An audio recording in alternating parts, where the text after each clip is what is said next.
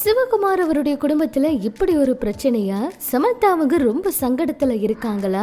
மனக்கோளத்துல SV. Sekar அவரு என்ன பிரச்சனைன்னு தெரியுமா? சுகன்யா அவங்க இவ்வளவு மெய் மருந்து வழிபாடு பண்ணி இருக்காங்க. வாங்க என்னாச்சுங்கிறத இந்த வீடியோல பார்க்கலாம். ஏற்கனவே சமூக வலைதளங்கள்ல சிவகுமார் அவருடைய குடும்பத்தை பத்தி அதிகமான செய்திகள் வந்துகிட்டே தான் இருக்கு. ஜோதிகா அவங்க அதிகமா முக்கியத்துவம் தந்தது தமிழ் படங்கள் தான். ஆனா இன்னைக்கு மும்பையில செட்டில் ஆகி விட்டதுனால தமிழ் சினிமாவை இப்ப மட்டம் தட்டி பேசுறாங்க. இதெல்லாம் நியாயமானு தெரியலன்னு மூத்த பத்திரிகையாளர் ஒருத்தர் ஒரு கருத்தை தெரிவிச்சிருக்காங்க. அது மட்டும் இல்லாம சிம்ரன் அவங்கள ஆண்டின்னு விமர்சிச்சது ஜோதிகா அவங்களா இருந்தா அந்த விமர்சனம் சரி கிடையாது அப்படின்னு பேட்டியில தெரிவிச்சிருக்காங்க. சிம்ரன் அவங்களுக்கும் ஜோதிகா அவங்களுக்கும் சண்டையா அப்படின்னு சொல்லியும் நிறைய பேர் சிம்ரன் அவங்களுக்கு ஆதரவு தருவது ஏன் அப்படிங்கறது குறித்தும் விரிவா அவரு பேசியிருக்காரு.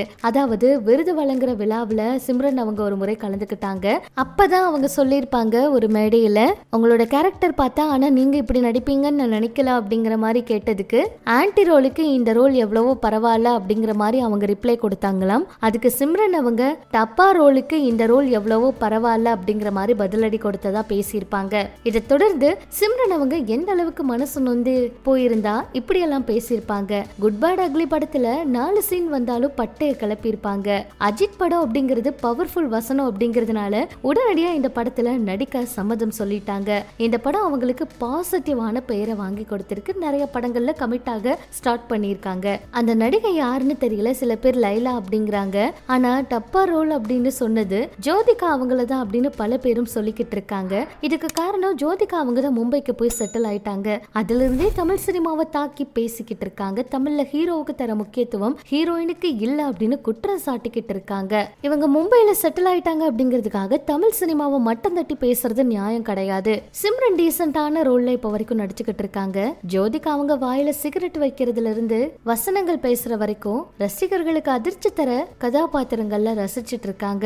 ஜோதிகா அவங்களுடைய அம்மாவே சிம்ரன் அவங்களுடைய ரசிகை தானாம். சிம்ரன் அவங்க கிட்ட இருந்து நிறைய விஷயங்களை கற்றுக்கணும் ஜோதிகா. சொல்ல போனா ஜோதிகா அவங்களுக்கு அவங்களுடைய அம்மாவும் இப்படிதான் அட்வைஸ் எல்லாம் கொடுத்தாங்களாம். சென்னைக்கு வந்தாலும் கூட மயிலாப்பூர்ல இருக்க அபார்ட்மெண்ட்ல தான் ஜோதிகா அவங்க தங்குறாங்களாம். சிவகுமார் அவருடைய வீட்டுக்கு கூட வர்றதில்லையாம். அப்படி முழுமையா விலகி போயிட்டாங்களாம். இதெல்லாம் சமூக வலைதளங்கள்ல வெளியாகிட்டு இருக்கு. தமிழ் சினிமாவுக்கு எதிராக ஜோதிகா அவங்க பேசினதுதான் இப்படி நிறைய விஷயங்கள் அவங்களுக்கு திருப்பி பதிலடி கொடுத்துட்டு இருக்கு அப்படிங்கிற மாதிரி அவரு ஒரு சில விஷயங்களை பேசியிருக்காரு. இதை பார்த்த ரசிகர்களும் நிறைய கேள்விகளை கேட்டுட்டு இருக்காங்க.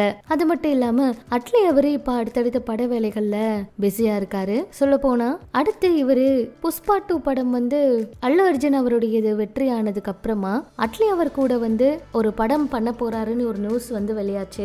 இந்த நிலையில இந்த படத்துக்கு கதாபாத்திரங்கள்ல தேர்வு செய்யற வேலை நடந்துட்டு இருக்கு. சமந்தா அவங்கள நடிக்க வைப்பாங்க அப்படின்னு பார்த்துட்டு இருந்த சமயத்துல இப்ப மிருனால் தாக்கூர் அவங்கள நடிக்க வைக்க இருக்கிறதா நியூஸ் வெளியாகி இருக்கு. சீக்கிரமா படத்தோட அடுத்த கட்ட வேலை நடக்க போகுது அப்படிங்கிற மாதிரியும் சொல்லிட்டு இருக்காங்க. அது மட்டும் இல்லாம எஸ்.வி. சேகர் அவரு ரீசெண்டா ஒரு சீரியல்ல நடிக்க வந்திருக்காரு. எல்லாருக்குமே தெரியும். ப்ரோமோவால பயங்கரமான சர்ச்சையெல்லாம் நடந்துச்சு. இதுல முத்தழகு சோபனா அவங்க நடிக்கிறாங்க. மீனாட்சி சுந்தரம் கதை 28 தான் ஸ்டார்ட் பண்ணாங்க. இந்த நிலையில இவங்க மாலை போட்டிருக்க மாதிரி புகைப்படம் வெளியானப்ப எல்லாருமே ரொம்ப அதிர்ச்சி ஆனாங்க.